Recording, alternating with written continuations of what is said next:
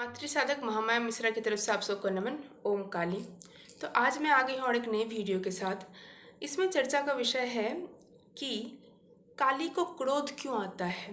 ठीक है, तो उसके पहले मैं ये बताना चाहूँगी कि काली क्या हमेशा क्रोध में रहती है।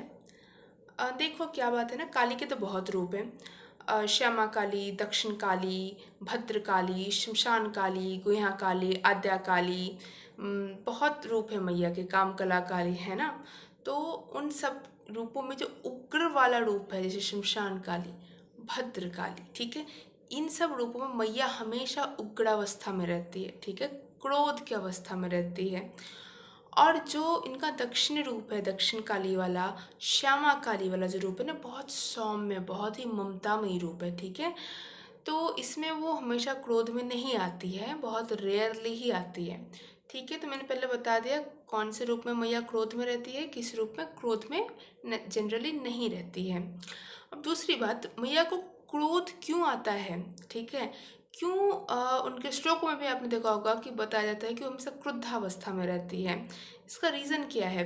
देखिए, विष्णु के साथ तो हम कभी क्रोध को एसोसिएट नहीं करते, श्री कृष्ण के साथ भी हम नहीं एसोसिएट करते, ब्रह्मा, इन सब के साथ भी एसोसिएट नहीं करते। तो काली के साथ ही हम क्रोध को क्यों जोड़ते हैं, इसका आपने कभी सोचा है क्यों ऐसा होता है, क्यों क्रोध अवस्था में रहती है।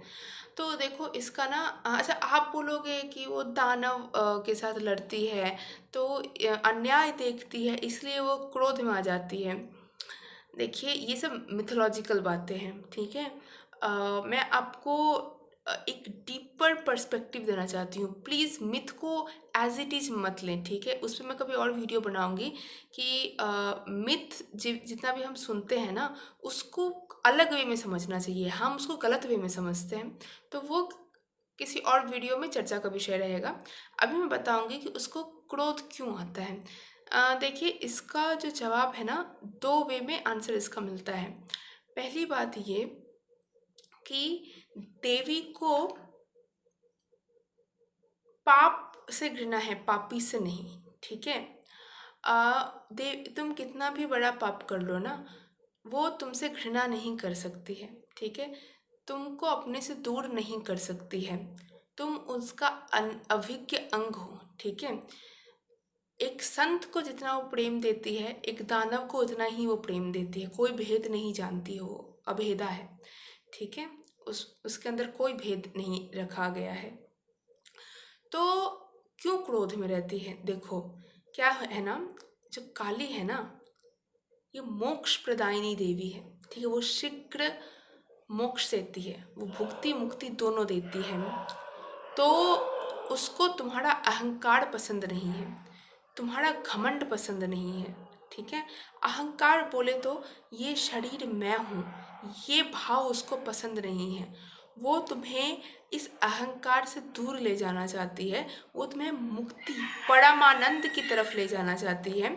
इसी वजह से ठीक है वो क्रोध करती है। और पता है तुम्हें, अ, तुम्हें उससे डर नहीं लगता है। ठीक है, तुम्हें उससे कोई डर नहीं लगता है, तुम्हारे अहंकार को उससे डर लगता है। ठीक है, तुम्हारी जो आत्मा है ना, उसके अंदर का ब्लिस देख पाती है, उसके अंदर का शांति देख पाती है, लेकिन तुम्हारा अहंकार जो है उसका क्रोध बस देख पाती है और वहीं तक थम जाती है। ठीक है, तो ये एक मैंने बताया पहला वे। दूसरा वे हम इसको ऐसे भी समझ सकते हैं कि जब देवी, ठीक है, जब इस चराचर जगत में आई, मीन्स जब वो सती का रूप लेके, उसके बाद बहुत सारा उन्होंने रूप लिया था। ठीक है, 108 करीब रूप लिया था, उसके बाद वो मुक्त हो पाई थी। ठीक है, तो उस बीच में भी उन्होंने बहुत तपस्या किया था, बहुत सारा तो उन्होंने तप किया था। और उस तप में ना बीच बीच में उनको क्रोध आता था।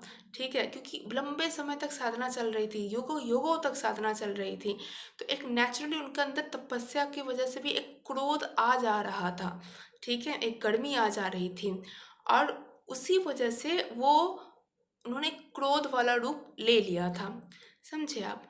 तो क्रोध में क्यों रहती है देवी, इसका दो वजह मैंने आपको जितना क्लियरली हो सके मैंने आपको बताने की कोशिश की। तो उम्मीद है आपको मेरी सूचना, आपको मेरी जानकारी अच्छी लगी होगी। ठीक है, मैं बहुत ही क्या बोलते हैं ना, एक्सपीरियंस वाली चीज़ें बोलना ज़्यादा पसंद करती हूँ, जो मुझे थोड़ी लॉजिकल लगती हैं, जो मुझे बुकिश नहीं लगती हैं, ठीक है? क्योंकि बुकिश तो कुछ भी बुक से उठा दो, बोल दो, तो मैं वो नॉलेज डिलीवर करने में मेरे को इंटरेस्ट नहीं रहता है। तो चलिए आज का वीडियो यहीं समाप्त करते हैं। भगवती सब पे कृपा करे। ओम काली।